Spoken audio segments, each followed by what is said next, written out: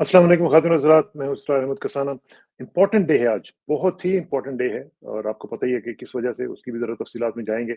और किस तरीके से इमरान खान साहब ने मुख्तलिफ़ बातें की हैं, बड़ी सीरियस किस्म की बातें हैं। बुशरा बीवी ने भी बड़े इल्ज़ामात लगाए हैं और बड़े ही ख़तरनाक किस्म की सिचुएशन उनके हवाले से हो रही है। ये सब चीज़ें ज़रा डिस्कस करते हैं, लेकिन सबसे पहले रमज़ान के हवाले से एक आज ज़रा मैं आपको एक आयत सुनाता हूँ और वो आयत जो है वो मेरी ज़िंदगी का भी बहुत इम्पोर्टेंट उसका हिस्सा है और मैंने हमेशा उससे कोशिश करता हूँ उससे लर्न करूँ। और वो अल्लाह ताला ने फरमाया औज़ु बिल्लाहि मिनश शैतानिर रजीम बिस्मिल्लाहिर रहमानिर रहीम वअसा अन तकरहु शैअन व हुवा खैरुल लकुम वअसा अन तुहिब्बु शैअन व हुवा शर्रुल लकुम वल्लाहु यअलमु व अंतुम ला तअलमून। कि बाज़ औक़ात अक्सर ये होता है कि कई दफ़ा बारहा आप ये समझते हैं कि एक चीज़ से आप कराहत खाते हैं, लेकिन अल्लाह कहता है कि उसमें आपके लिए खैर होती है।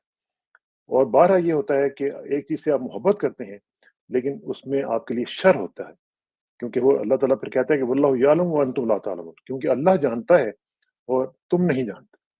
तो ये अगर हम अपने ऊपर इसको अप्लाई करें ना, आप यकीन करें कि हमारी बहुत सारी मुश्किलें जो हैं वो आसान हो जाए ज़िंदगी।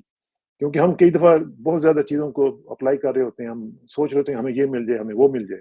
लेकिन कई दफ़ा आपको मालूम ही नहीं होता कि उसमें कितना शर हो सकता है, क्योंकि अल्लाह जानता है और हम नहीं जानते।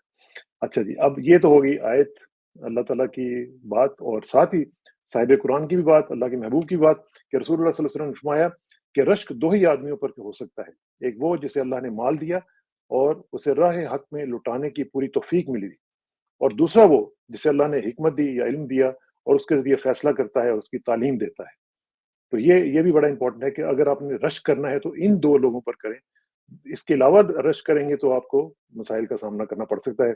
और जिन-जिन लोगों ने ये हदीस सुनी है और कुरान पाक की आयत सुनी है, उनसे गुज़ारिश है कि हस्बे मामूल एक दफ़ा ज़रूर दुरूद शरीफ पढ़ लें। मुझे यकीन है कि हमारे लिए तोशे आखिरत बन जाएगा।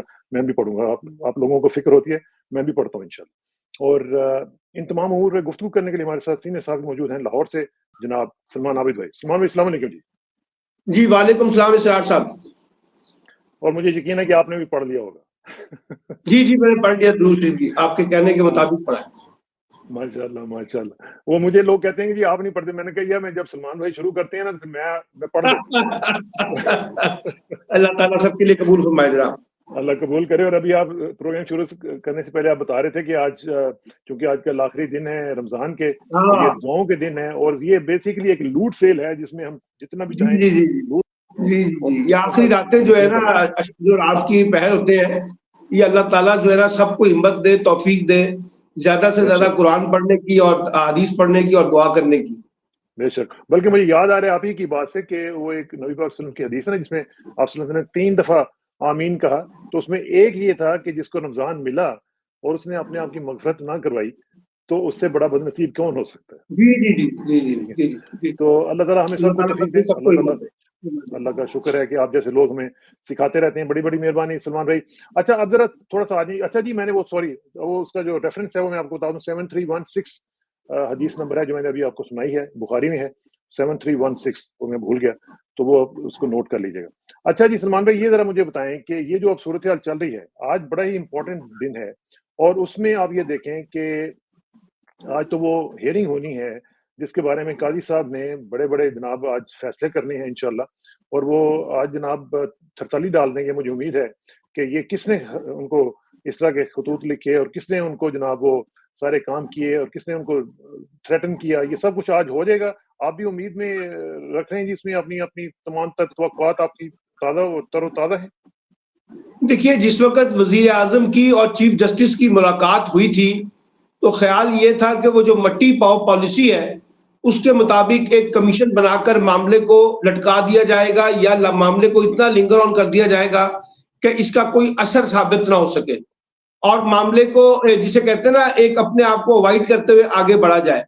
लेकिन जिस तरह का रिस्पॉन्स आया, एक तो कमीशन के सरबरा जस्टिस तसद्दुक़ जिलानी साहब की जानिब से, फिर उसके बिल्कुल बाद जिलानी। जो है अपना अब दूसरा हमने देखा कि जो बार एसोसिएशन है उनकी तरफ से और जो फिर सुप्रीम कोर्ट के मौजूदा जजेस जो हैं उनके अंदर से 4-5 लोगों का मौक़िफ़ आया और फिर उसके बाद सुप्रीम को इस्लामाबाद हाई कोर्ट के जजों का अपना रद्द-ए-अमल आया उस कमीशन की तश्कील के ऊपर। तो इस सारी सूरत-ए-हाल में सो मोटो लेना पड़ा, 7 रुकनी बेंच बन गया है उम्मीद की जा रही है कि शायद ये फुल कोर्ट की तरफ जाए बात।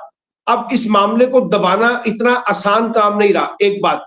और ये जो कल खतूत लिखे गए हैं, इन खतूत की रोशनी को भी देखें तो आपको लगता है कि कोई फैक्टर है जो जजेस के ऊपर एक दबाव डालने वाली जो पॉलिसी है उसको कंटिन्यू कर रहा था। अब ये गेंद बुनियादी तौर पर सुप्रीम कोर्ट की कोर्ट में है और देखना है कि सुप्रीम कोर्ट और उनके बाकी जजेस जो है चीफ जस्टिस समेत किस तरह से इन चीजों को लेकर चलते हैं, एक बात। और दूसरा ये कि जो 6 जजेस ने खत लिखा था उनके पास क्या कंटेंट है और क्या सब्सटेंस है वो देखा जाएगा। और तीसरी बात, जिन जिन लोगों को समन जारी होंगे और जब वो आके अदालत में अपना मौकफ पेश करेंगे तो वो मौकफ की नोयत क्या होगी, इसमें देखें दो ही बातें हैं जी, दो बातें हैं। पहली बात तो ये है ना कि आपने इस बात को इन्वेस्टिगेट करना है कि क्या ये जो 6 जजेस ने जो बात की है इसकी सेहत क्या है, क्या इसमें वजन है या नहीं है, और अगर है तो फिर कैसे अकाउंटेबिलिटी को इंश्योर किया जाए और फ्यूचर की कोई डायरेक्शन तय की जाए ताकि जो दबाव इस वक्त जुडिशरी के ऊपर है वो ना हो। लेकिन अब देखना होगा कि किस तरीके से हमारे इंटरनल और एक्सटर्नल फैक्टर है वो इस पूरी प्रोसीडिंग को लेकर चलते हैं। लेकिन इसमें बेसिकली आज होगा क्या, ये जरा देखने वाली बात है, क्योंकि मुझे जरा समझ नहीं आ रही, क्योंकि बर्डन ऑफ प्रूफ जो है ये अब क्या उन जजेस के ऊपर होगा, किसके ऊपर होगा, ये भी एक क्वेश्चन उठता है। और फिर जाहिर है कि ये जो सूरत हाल बनी है यहाँ तक जो पहुंचे हैं, इसके बाद अब जो काजी साहब का एक बैकग्राउंड चला आ रहा है पिछले कई महीनों से, वो हम देखते आ रहे हैं कि अभी शौकत अजीज सिद्दीकी साहब वाला जो मामला था उसमें आपने देखा कि उन्होंने एकदम जो सारा कुछ तो बता दिया, लेकिन जो असल फैक्टर थे उनकी तरफ वो गए ही नहीं, उन्होंने उनको बनाया नहीं। और क्या इसमें एस्टैब्लिशमेंट को या आईएसआई वगैरह को कुछ इसमें फ्रीक बनाया जाएगा, ये सवाल देखिए है। आज तो ये होगा कि ज्यादा से ज्यादा अगर कोई बहस हुई तो लार्जर बेंच से फुल कोर्ट की तरफ का मुतालबा आ सकता है। विद इन जुडिशरी के अंदर से कहा जाए कि जनाब इसके ऊपर बेहतर है कि हम फुल कोर्ट बना लें, एक बात। और दूसरा ये होगा कि जनाब कुछ लोगों को बाकायदा नोटिस जारी हो जाएंगे, यानी अटॉर्नी जनरल को, मुख्तलिफ सेक्रेटरीज को और मुख्तलिफ फरीकैन को कहा जाएगा कि वो आप अपना जवाब जमा कराएं। इसी तरह जो 6 जजेस हैं उनको भी नोटिस जारी किया जा सकता है कि वो अपना मौकफ तहरीरी तौर पर दोबारा पेश करें या अपना वकील करें या खुद पेश हो। तो यानी आज तो ज्यादा से ज्यादा नोटिस इशू होंगे और देखना होगा कि उस नोटिस की नोयत क्या होती है और किन को वो नोटिस जो है जारी किए जाते हैं। क्योंकि देखिए ना बात ये है, इस वक्त एक पैरेलल तहरीक भी चल रही है। पैरेलल तहरीक ये चल रही है कि हुकूमत की तरफ से और कुछ और लोगों की तरफ से जो मीडिया के अंदर बैठे हुए हैं वो ये साबित करने की कोशिश कर रहे हैं कि जो 6 जजेस का कॉन्टेक्स्ट है ये पॉलिटिसाइज है, ये प्रो पीटीआई है और इन जजों ने पीटीआई की हिमायत के अंदर बैठ के ये सारा कॉन्टेक्स्ट डेवलप किया है। इसलिए एक कैंपेन ये भी चल रही है कि इन जजेस को ज्यादा से ज्यादा पॉलिटिसाइज कर दिया जाए, एक बात। और दूसरी बात ये है कि जी अब ये मुझे पता चला है कि लाहौर हाई कोर्ट से भी और कुछ जजेस हैं और सुप्रीम कोर्ट के अपने अंदर भी कुछ जजेस हैं जिनके ऊपर बड़ा दबाव था और वो ये मुमकिन है कि इसका इजहार जो है एक और नए लेटर की सूरत में भी सामने आ सकता है। तो ये पंडोरा जो है जरा खुलेगा और बहुत से लोग इसके अंदर शरीक होंगे। लेकिन सलमान भाई आपने फरमाया कि इन लोगों के ऊपर एक क्रिटिसिज्म ये आ रहा है कि ये प्रो पीटीआई है।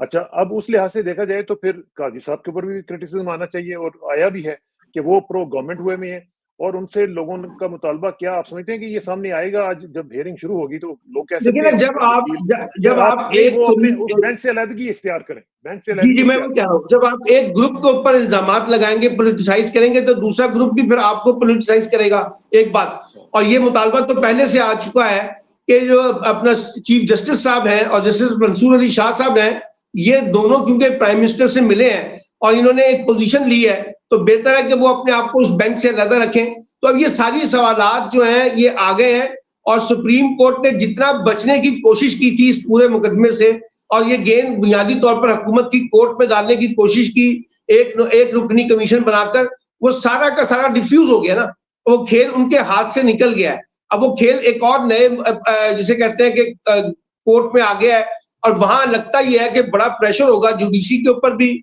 सिटिंग जजेस के ऊपर भी और जो जजेस जिन्होंने इल्जामात लगाए हैं, जिन्होंने अपने इतराजात पेश किए हैं उनके ऊपर भी होगा। और साथ साथ अब देखना यह है कि क्या इनकी हिमायत में और जजेस भी सामने आते हैं कि जी बिल्कुल ऐसी ही सूरत का सामना हमें भी इस वक्त करना पड़ रहा है। और ये जो कल खतूत गए हैं, इन खतूत की राइटिंग एक है, एक ही नाम से आए हैं, एड्रेस उसका कोई नहीं है, उसको इसमें इंडिकेशन किया गया थ्रेटनिंग का है। तो ये कौन है जो लोग इस तरह से जजेस को ऊपर दबाव डाल रहे हैं और थ्रेटनिंग कर रहे हैं? तो इसका मतलब है कि जो अदलिया पे दबाव है, ये बात गलत नहीं है, ये बात दुरुस्त है, और वो उसको इन्वेस्टिगेट करना है कि ये कौन लोग हैं जो जुडिशरी पे दबाव डाल के अपनी मर्जी और अपनी मंशा के मुताबिक फैसले करवाकर अदलिया की खुद मुख्तारी पर, अदलिया की शफाफियत पर जो है वो जिसे कहते हैं ज़रब लगा रहे हैं। लेकिन देखिए सलमान भाई, देखिए सीरियस क्वेश्चन ये है कि ये कौन, जिस तरह आपने कहा ना कि कौन है, अब ये रेशम जो है, मिसेस वकार जो है, रेशम साहिबा, ये कौन है? पहले हम कुछ सुनते हैं, कभी कई नामों से कुछ इस तरह के काम होते रहे हैं, अब ये रेशम साहिबा आ गई हैं। अब ये जो मामलात हैं, ये कुछ सीरियस मामलात जो हैं, ये देखें, जो एंथ्रैक्स है, जो उसमें पाउडर डाला हुआ है, मुझे याद है मैं उस वक्त अमेरिका में होता था, तो ये 9/11 के बाद मुख्तलिफ लोगों को, जो पॉलिटिशियंस थे अमेरिकन, उनको ये भेजे गए थे खत, और उसमें से मुझे याद है कुछ लोगों की डेथ भी हुई थी। जी मुझे याद है। ये बहुत सीरियस है, इसके ऊपर देखें ना, चीफ जस्टिस साहब को भी इसके ऊपर नोटिस लेना चाहिए कि भाई ये क्या हो रहा है। और फिर उसमें जो सिंबल्स बनाए गए हैं, जिस तरीके से वो डेथ का सिंबल और दूसरा जी गर्दन काट देंगे, सब कुछ हो जाएगा, ये तो मजाक नहीं, मतलब अजीब सी बात हो रही है। देखिए किसाना साहब, कौमों पर बहुत से टर्निंग पॉइंट्स आते हैं जहां चीजें या तो दुरुस्त होती हैं या गलत होती हैं। ये मैं समझता हूं कि जो मौजूदा केस है, ये जुडिशरी के लिए एक टर्निंग पॉइंट होगा। अगर यहाँ जुडिशरी ने एक इंडिपेंडेंट किरदार, ट्रांसपेरेंट किरदार अदा करने की कोशिश की, तो आप फ्यूचर के लिए कोई गाइडलाइन ड्रॉ कर लेंगे कि जो मुदाखलतें हैं अदालती अमूर के अंदर, इसका रास्ता रोका जा सके। लेकिन अगर आपने यहाँ मट्टी पाओ पॉलिसी के तहत आगे बढ़ने की कोशिश की और एक दूसरे को बचाते हुए अपने लिए रास्ता निकालने की कोशिश की, तो उसका नतीजा ये निकलेगा कि जो कुछ दबाव कम हो सकता था वो दबाव कम नहीं होगा, बल्कि ये दबाव फिर और ज्यादा बढ़ जाएगा। तो अब तो ये फैसला मैं कह रहा हूं कि बुनियादी तौर पे जुडिशरी के पास है कि जुडिशरी वाकई क्या एक इंडिपेंडेंट जुडिशरी चाहती है या वो एक मातहत जुडिशरी के तहत ही काम करना चाहती है। ये सवाल जो है बहुत इंपॉर्टेंट है कि ये जो सारी प्रोसीडिंग है, ये जाहिर करेगी कि हमें किस किस्म की जुडिशरी चाहिए, आजाद जुडिशरी चाहिए या एक पाबंद सलासल पर मबनी जुडिशरी चाहिए। इसमें सलमान भाई एक और भी सवाल है, और वो ये है कि पिछले दिनों से आपको मालूम ही है कि ये सवाल उठ रहा हुआ है कि एक्सटेंशन का भी मामला चल रहा है, और हमने देखा कि एयरवे पे भी खबर आई, बाकी जगहों पे भी खबर आ रही है कि ये एक्सटेंशन की हो सकती है। एक तो ये मुझे बताएं कि क्या एक्सटेंशन के हवाले से सुप्रीम कोर्ट को अपने पीआर डिपार्टमेंट की तरफ से ये क्लैरिफाई नहीं करना चाहिए कि जी इस तरह की कोई बात नहीं है, हम कोई सीख नहीं कर रहे हैं एक्सटेंशन, और अगर इस तरह की बात होगी तो हम उसको बिल्कुल हेड ऑन लेंगे।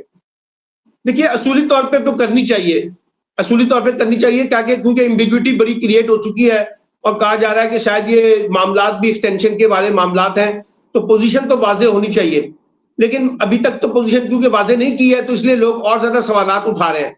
तो ये एक, लेकिन ये देखिए हमारे यहाँ जो कंप्रोमाइज जुडिशरी होती है या नजरिया जरूरत के तहत चलने वाली जो जुडिशरी होती है, या जजेस के जो अपने कंडक्ट होते हैं जिसमें कंप्रोमाइजेस होते हैं, पॉलिटिकल मोटिव्स होते हैं, वो तो हमेशा से रहे हैं ना जी। और वो जब हमेशा से रहे हैं तो उसके पीछे कोई ना कोई पॉलिटिकल एजेंडा तो होता है। और हमें अब ये भी पता चला है कि जी जजेस की अपॉइंटमेंट का तरीकाकार भी बदलने की कोशिश की जा रही है, या कि ताकि उन पे और दबाव डाला जा सके और उसमें बाकी जमातों को साथ लेकर जो है वो एक काम किया जाए। मैं कल सुन रहा था आजम नजीर तारड़ साहब जो वजीर कानून है, उनकी बातों से भी ये लगा। तो इसका मतलब ये है कि अगर आपने हुकूमत के एजेंडे से इनराफ किया, अगर आपने एस्टैब्लिशमेंट के एजेंडे से इनराफ किया, तो आपके हमारे पास एक मुतबादल प्लान भी है आपको डील करने का। लेकिन अब मैं ये कह रहा हूँ, ये मुतबादल प्लान में जाना है आपने, या आपने उनके मामलात के मुताबिक अपने आप को लेकर आगे चलना है, ये फैसला करना है ना। देखिए मुतबादल प्लान तो आएंगे जब आप इंडिपेंडेंट जुडिशरी की बात करेंगे, तो आपको ये सारा कुछ तो फेस करना पड़ेगा। लेकिन कभी वक्त तो आता है ना जहां ये चीजें फेस करनी पड़ती हैं। जनरल मुशर्रफ के दौर में जब इफ्तिखार चौधरी की मूवमेंट थी, तो आप निकले थे ना बाहर, तो निकलने का एक कोई वजह बनी थी ना।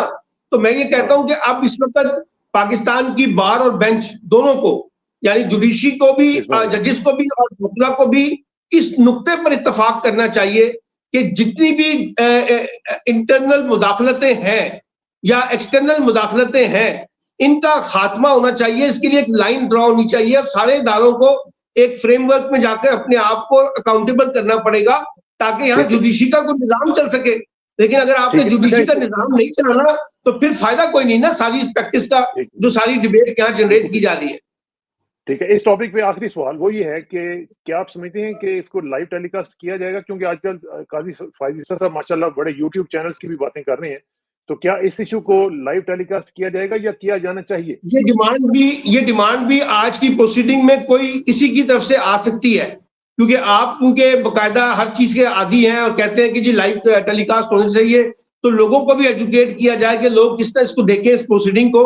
तो ये डिमांड हो सकती है, और ये भी मैंने कहा ना कि चीफ जस्टिस साहब का ज्यादा इम्तिहान है इस पूरे प्रोसीडिंग के अंदर कि वो किस तरीके से बिहेव करते हैं। उन्होंने एक कंप्रोमाइज जुडिशरी की तरफ जाना है या इंडिपेंडेंट जुडिशरी की तरफ जाना है। उनका अपना पर्सनल कंडक्ट जो है इस वक्त काफी क्रिटिकली डिस्कस हो रहा है और लोगों ने इन पर बड़ी तनकीद की है, और सिटिंग जजेस के अंदर रिजर्वेशन है जिस तरीके से चीफ जस्टिस रोल प्ले कर रहे हैं। तो इसलिए अब उनका भी इम्तिहान है, वो जो हमने कहा था ना कि एक बड़े इनकलाबी किस्म के चीफ जस्टिस हमारे पास आ गए हैं जो किसी किस्म का कंप्रोमाइज नहीं करते, अपने प्रिंसिपल्स पे रहते हैं, कॉन्स्टिट्यूशन फ्रेमवर्क में सोचते हैं, अंडर द लॉ सोचते हैं और किसी किस्म के झुकाव में नहीं आते। तो अब देखते हैं कि हमारी मौजूदा जुडिशरी और चीफ जस्टिस जो है इस सारे अमल में क्या खेल खेलते हैं, किस तरह से आगे बढ़ते हैं और किस तरीके से वो अपने आप को इस डिस्टेंस में लेके आते हैं कि नहीं, मेरे बारे में जो बातें की जा रही थी वो गलत है, मैं इंडिपेंडेंट जुडिशरी के साथ खड़ा हूं।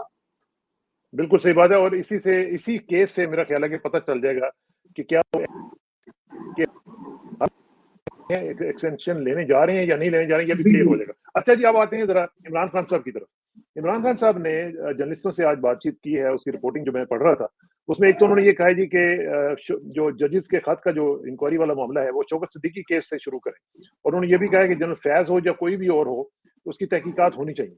अच्छा, साथ ही साथ उन्होंने ये भी कहा है कि जजेस को आवाज उठाने के ऊपर सैल्यूट भी करता हूँ कि उन्होंने उम्मीद करता हूँ कि वो मुल्क बचा लेंगे, और इस तरह की उन्होंने मुख्तलिफ बातें की हैं। उन्होंने बुशरा बीबी को पॉइजन देने की भी बातें की हैं। अब ये जो सूरत हाल चल रही है, ये और उन्होंने कहा कि ये कैसे हो सकता है कि बुशरा बीबी को जहर दिया जाए और मैं चुप करके बैठा हूँ।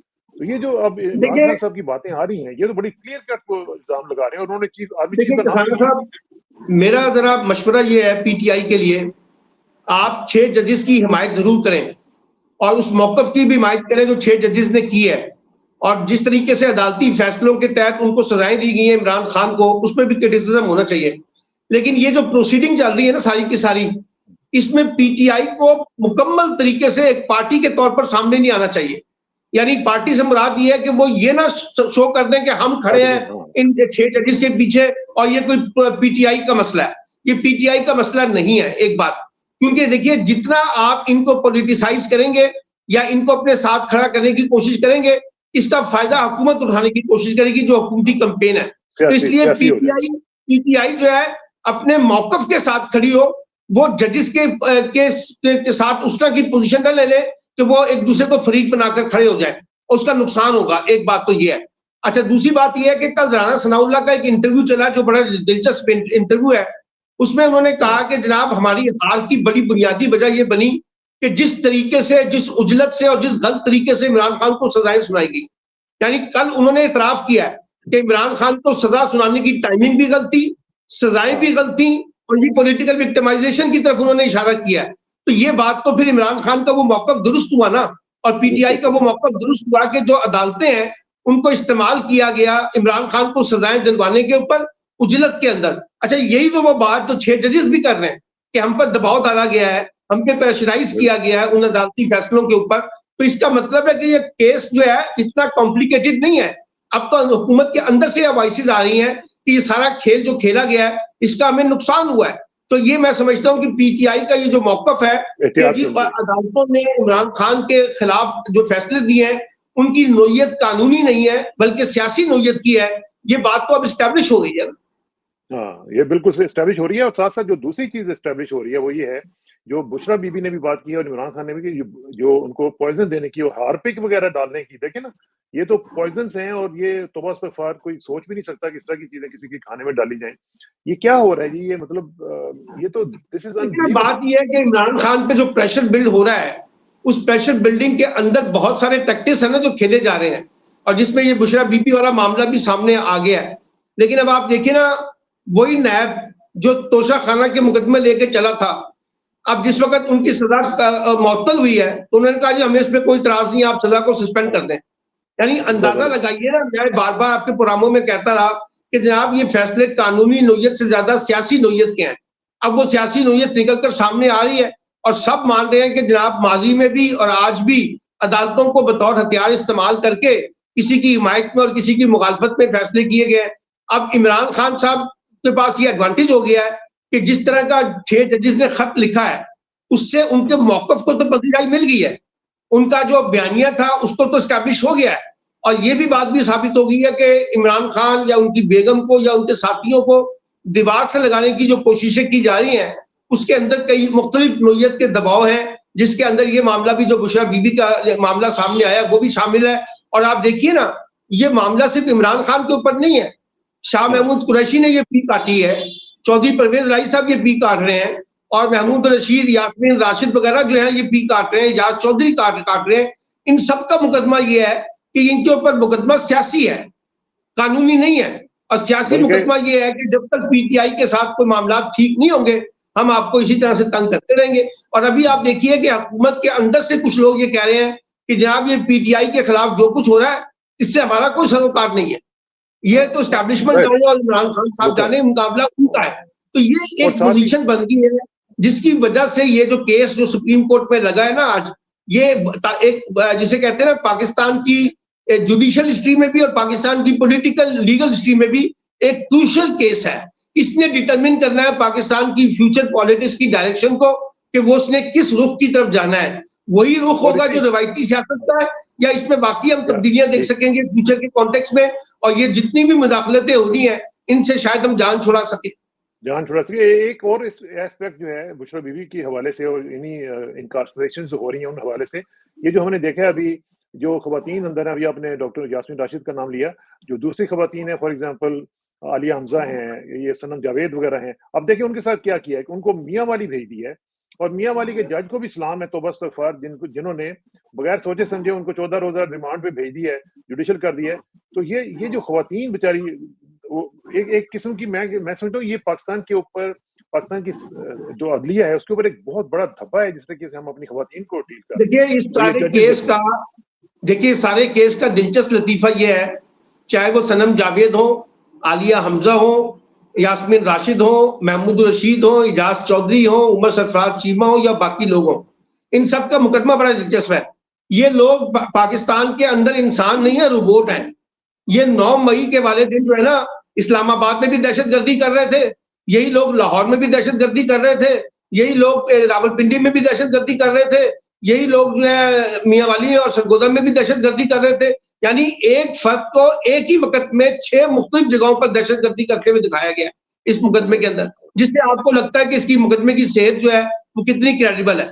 अच्छा, ये महमूद रशीद साहब एक है हमारे साबिक वजीर जो है, वो 5:30 बजे जो है कोर कमांडर हाउस पर हमला भी कर रहे थे, वो 5:30 बजे जो है शादमान थाने में आग भी लगा रहे थे, वो 5:30 बजे जीपीओ चौक के ऊपर भी हंगामा कर रहे थे। यानी आप देखिए ना, जब इस तरह के मुकदमे होंगे और आप कहते हैं कि हम लोगों को सबक सिखाएंगे, और अब जिस तरीके से सनम जावेद वगैरह को सरगोदा में शिफ्ट किया गया है, वो डिफ्लेक्ट करता है ना कि अभी वो जो पॉलिटिकल विक्टिमाइजेशन का जो टूल है वो खत्म नहीं हुआ, उसको रखा गया है, उसको मेंटेन रखा जा रहा है और उसको परसू किया जा रहा है कि भी किसी भी तरीके से ये लोग जो है वो बाहर ना निकल कर आए और इनको बाहर निकलने की स्पेस ना मिल सके। तो यही बात जो अभी पिछले दिनों इमरान खान ने भी की थी कि आप मुझे अंदर रखना चाहते हैं रखें, लेकिन इन बाकी लोगों को तो बाहर निकालें। लेकिन लगता ही है कि पॉलिसी अभी सबके लिए यकसा है ना जी, कि किसी को बाहर नहीं निकालना, जो इस वक्त मुश्किल में है वो मुश्किल में रहेंगे। अच्छा, एक चीज जरा बड़ी इंपॉर्टेंट हुई है, वो भी इसको भी मैं आपकी कमेंट चाहूंगा, वो ये है कि एक ग्रैंड अलायंस बनाया जा रहा है पीटीआई के साथ मिलके, बाकी जो छोटी जमातें हैं उसमें वो भी है, मजलिस वहादतुल मुस्लिमीन भी है, जमात इस्लामी भी है। जमात इस्लामी तो खैर छोटी नहीं है, दूसरी जो है जो उनकी मैंगल साहब की वो भी है। तो ये 5-6 जमातें जो हैं ये मिलके ग्रैंड अलायंस बना रही। क्या ईद के बाद आप कोई तहरीक उठती हुई देख रही हैं? देखिए, तहरीक तो ये छोटी जमातें हैं, इनसे तो तहरीक चलेगी नहीं, ये तो तहरीक के अंदर एक किरदार के तौर पर सामने आएंगे। असल तो देखिए फैसला है 2 बड़ी जमातों का, एक बड़ी जमात है पाकिस्तान तहरीक इंसाफ और दूसरी बड़ी जमात जो है जिसको आप कह सकते हैं कि जेयूआई है, जो तासुब दे रही है कि वो एक बड़ी तहरीक चलाना चाहते हैं। अच्छा, पीटीआई में और जेयूआई में कोलेशन तो शायद कोई इस तरह का बिल्ड ना हो सके जिस तरह का चाह रहे हैं, लेकिन ये है कि एक तहरीक चलने की पोजीशन नजर आ रही है। और जिस तरह से जुडिशरी भी कह रही है कि हम भी कह रहे हैं कि हम सेनेट इलेक्शन में तुमने सपोर्ट किया गवर्नमेंट को, सेनेट इलेक्शन में तुमने सपोर्ट किया। तो मैं इसलिए कह रहा हूँ ना कि उनके बारे में हतमी बात नहीं की जा सकती। फिर उसके बाद मैंने आपको कहा कि वकला तहरीक की बातें की जा रही है, वो भी देखना होगा, और ये केस भी डिटरमिन कर देगा सुप्रीम कोर्ट का कि वकला तहरीक में पोटेंशियल है, चलेगी नहीं चलेगी। अगर फैसले वही रिवायती तरीके से हुए तो तहरीक का इम्कानात मौजूद है। मैं एक चीज कह सकता हूँ कि मैं ईद के बाद का जो मंजरनामा है ना, उसमें ज्यादा पोलराइजेशन और ज्यादा टकराव देख रहा हूँ, चाहे वो पार्लियामेंट के अंदर हो और चाहे वो पार्लियामेंट के बाहर हो, चाहे वो मीडिया के महाज पे हो और चाहे वो सियासी महाज पर हो या वकला के महाज पर हो। बज़ाहिर इस वक्त हम जो है एक जिसे कहते हैं खिंचाव की सियासत की तरफ जा रहे हैं, तनाव की तरफ जा रहे हैं, टकराव की तरफ जा रहे हैं, महाजराई की तरफ जा रहे हैं, बिगाड़ की तरफ जा रहे हैं, क्योंकि हम सब जो है एक बात भूल रहे हैं कि जिस तरीके से चीजों को रिकंसाइल होना चाहिए था वो हम करने के लिए तैयार नहीं है, और हम अपनी मर्जी और मंशा के मुताबिक जब चीजों को डील करने की कोशिश कर रहे हैं तो उसमें हम किसी को कबूल करना चाहते हैं और किसी को कबूल नहीं करना चाहते हैं। अब ये देखिए ना, ये कितना शानदार जमहूरी मॉडल है कि जहां फैसल वाडा भी सेनेटर मुंतखब हो गए हैं, मोहसिन नकवी भी हो गए हैं, अनवार काकड़ भी हो गए हैं, और माशाल्लाह तीनों आजाद उम्मीदवार हैं, और ताइद कुनंदा तजवीज कुनंदा पीपल्स पार्टी और PMLN है, और यही पीपल्स पार्टी फैसल वाडा की भी सपोर्टर निकल आई है, फैसल वाडा को भी सपोर्ट कर रही है, मोहसिन नकवी भी उनके सपोर्टर है। यानी एक अजीब व गरीब तमाशा है कि किस तरीके से नॉन पॉलिटिकल लोगों को, नॉन पार्टी लोगों को लाकर आपने मुसल्लत किया सियासी जमातों के ऊपर, और सियासी जमातों को मजबूर किया है आपने कि आपने इनको हर सूरत में वोट देना है। कल आपने एक बड़ा दिलचस्प लतीफा सुना होगा, राना सनाउल्लाह से जब एक सवाल पूछा गया तो उन्होंने कहा कि मेहरबानी है जी अपना मोहसिन नकवी साहब की, को वो वज़ीर आज़म नहीं बने, उन्होंने वज़ीर दाखिला पे इस्तीफा कर दिया है। यानी आप अंदाजा लगाइए ना, यहाँ आके बेबसी का एहसास होता है कि सियासी क़यादतें और सियासी जमातें किस कदर बेबस हैं इन नॉन पॉलिटिकल लोगों के ऊपर, जो जिन लोगों को लाके मुसल्लत किया गया सियासी जमातों पर भी, सियासी निजाम पर भी और हुकूमत हालत में। तो फिर सलमान भाई ये हुकूमत चलती हुई नजर नहीं आ रही। मैं आपको एक कार्टून भी बल्कि दिखाता हूँ, ये जरा देखें आप। ये कार्टून जो है ये है जी डॉन का। ये जरा देखें कि ये जनाब आजकल की जो महंगाई का आलम है, पेट्रोल की प्राइसेस के हवाले से देखें ना जरा, कि बंदा जो है वो मर चुका है और जो पेट्रोल है वो उसके ऊपर डाला जा रहा है। तो आप जरा अंदाजा लगाएं कि ये जो महंगाई है, अभी मैं पूछ रहा था आपसे कि तहरीक चलेगी, तो ये महंगाई वाला भी तो एक बहुत बड़ा फैक्टर है ना जी। लोगों की तो अब जिंदगी जो है जीर्ण हो चुकी थी। देखिए ना, अब इसके बारे में ख्वाजा आसिफ साहब का जो इंटरव्यू चला है, जिसमें उन्होंने इतराफ किया है कि जी हमारे पास आम आदमी को रिलीफ देने के लिए कुछ नहीं है और अगले 2 बरस में हम कोई रिलीफ नहीं दे सकेंगे। तो आप अंदाजा लगा लीजिए कि जो हुकूमत की साख है जिसने डिलीवर करना था, उसके बारे में उसका मिनिस्टर ऑफ डिफेंस कह रहा है कि हम इस पोजीशन में नहीं है कि लोगों को रिलीफ दे सकें। तो इसका मतलब है ये जो प्रेशर है मईशत का, महंगाई का, बेरोजगारी का, बदहाली का, ये मुसलसल जो है ना लोगों पे गिरेगा। मैं आपको एक दिलचस्प बात बताता हूँ। कल मैं अपनी पेशावरी चप्पल जो है एक जगह से पॉलिश करवा रहा था, एक पठान से, और मैं अमूमी तौर पे वहां से अपनी जूती पॉलिश करवाता हूँ। तो मैंने उससे पूछा कि क्या हाल है, कहने लगा जी हाल बुरे ने सलमान साहब। मैं कहा क्यों, की है? कहने लगा जी खर्चे नहीं पूरे होंगे। तो मैंने कहा फिर, अब वो पठान है। कहने लगा जी मैं सोच रहा हूँ कि मैं खुदकुशी कर लूं। और मैंने एकदम मुझे शौक लगा कि मैं इसको पिछले 6-7 साल से जानता हूँ।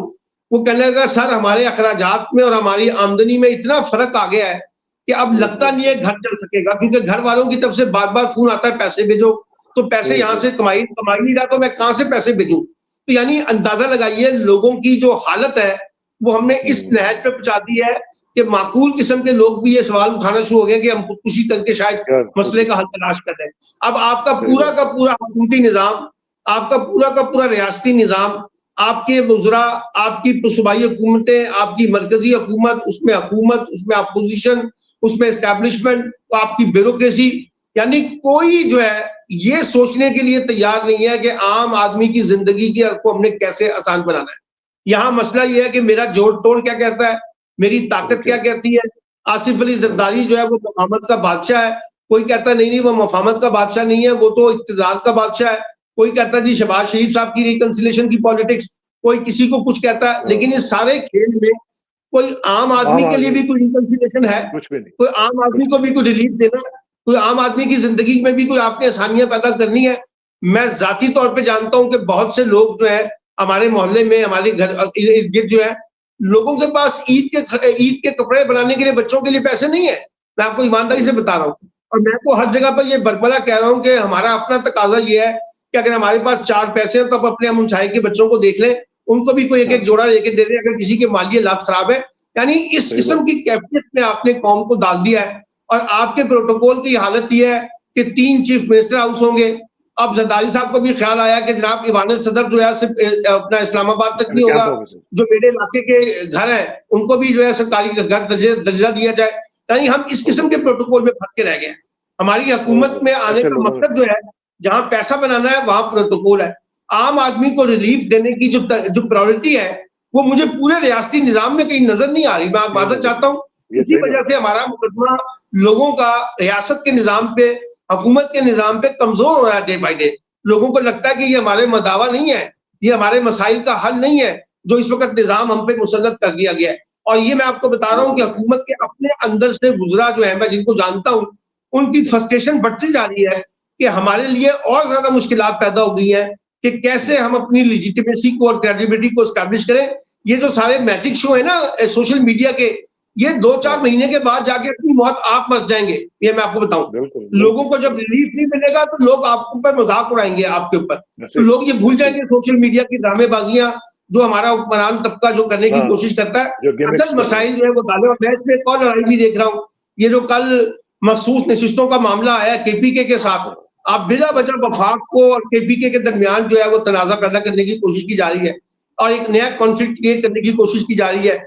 और इसलिए मैं ये समझता हूँ कि आने वाले दिन जो है सियासी तौर पे भी और माशी तौर पे भी हमारे लिए कुछ अच्छे नहीं है। अल्लाह ताला खैर रखे, और अल्लाह ताला, मेरा ख्याल है कि जो भी हो रहा है इसमें हमें अकल के नाखून लेने की तौफीक दे, और रेशम को बहुत ज्यादा हदायत की जरूरत है। अच्छा, एक चीज आखिर में सिर्फ मैं ख़वातीन हज़रात आपको मैं बता दूं कि 2 चीजें हैं जो हम डिस्कस नहीं कर सके। एक तो ये इंटरनेशनल दोनों खबरें हैं। एक तो ये कि ताइवान में बड़ी अफसोसनाक खबर आ रही है कि 7.2 रिक्टर स्केल के ऊपर जो ज़िलज़िला आया है उसमें बहुत सारी हलाकतों का खदशा है। आप दुआ करेंगे वहाँ पे नुकसान कम से कम हो। और सेकेंडली, व्हाइट हाउस का इफ्तार डिनर जो है वो कैंसिल किया गया है क्योंकि मुसलमान रहनुमाओं ने वहाँ पे जाने से इनकार कर दिया। तो बाइडन का जो व्हाइट हाउस है उनको काफी शर्मिंदगी का सामना करना पड़ा है। इसके ऊपर बाद में बात करेंगे, लेकिन सलमान भाई आपका बहुत बहुत शुक्रिया। आपसे इंशाल्लाह जल्दी मुलाकात होगी। Thank you very much.